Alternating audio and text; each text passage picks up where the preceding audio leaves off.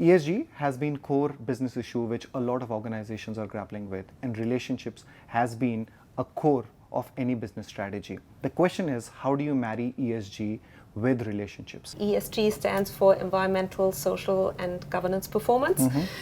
So it consists of measurable indicators of a company's impact on those three areas. There's just a tsunami of regulations coming up to companies. So companies will have to comply with ESG regulations, and we can go into the details a little bit later. So stakeholders, they expect, stakeholders including investors, employees, customers, they expect from companies more transparency than they had before. So ESG is a framework that can provide that transparency. And maybe secondly, it also makes business sense to address the risk and opportunities that are faced, that businesses are facing. And there again, ESG is a good framework to use. One of our exciting projects that we're working on is the certification of the biggest offshore wind farm. DNV's role in the project was to provide independent verification of the wind farm's design, the manufacturing process, the installation, the commissioning,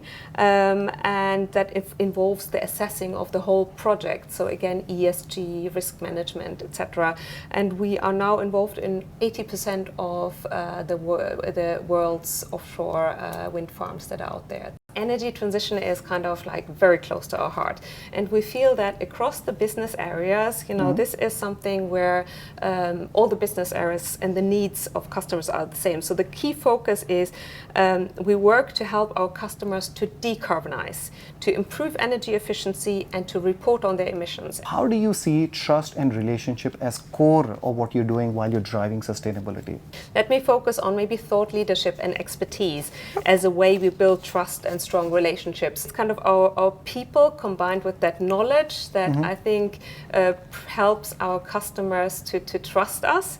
And one example is that we publish on an annual basis an energy transition outlook report. Okay.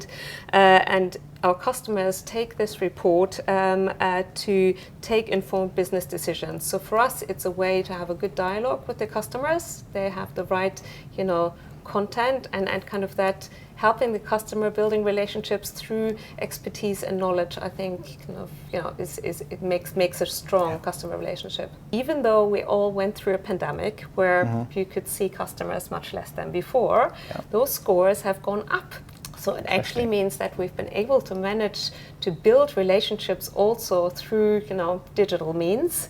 But it is very nice to also be able to have, face-to-face conversations again. So we've set ourselves some smart travel targets, which actually fits quite well into the topic of ESG. Because as a company, we say that we are reducing 40% of CO2 emissions compared to pre-pandemic levels. Which means that when I'm talking to our sales guys, I say, imagine you usually meeting a customer 3 times. You're still allowed to meet the customer face-to-face twice, but once in a digital way. I mean, that should be possible to still maintain a good customer relationship. Thank you so much.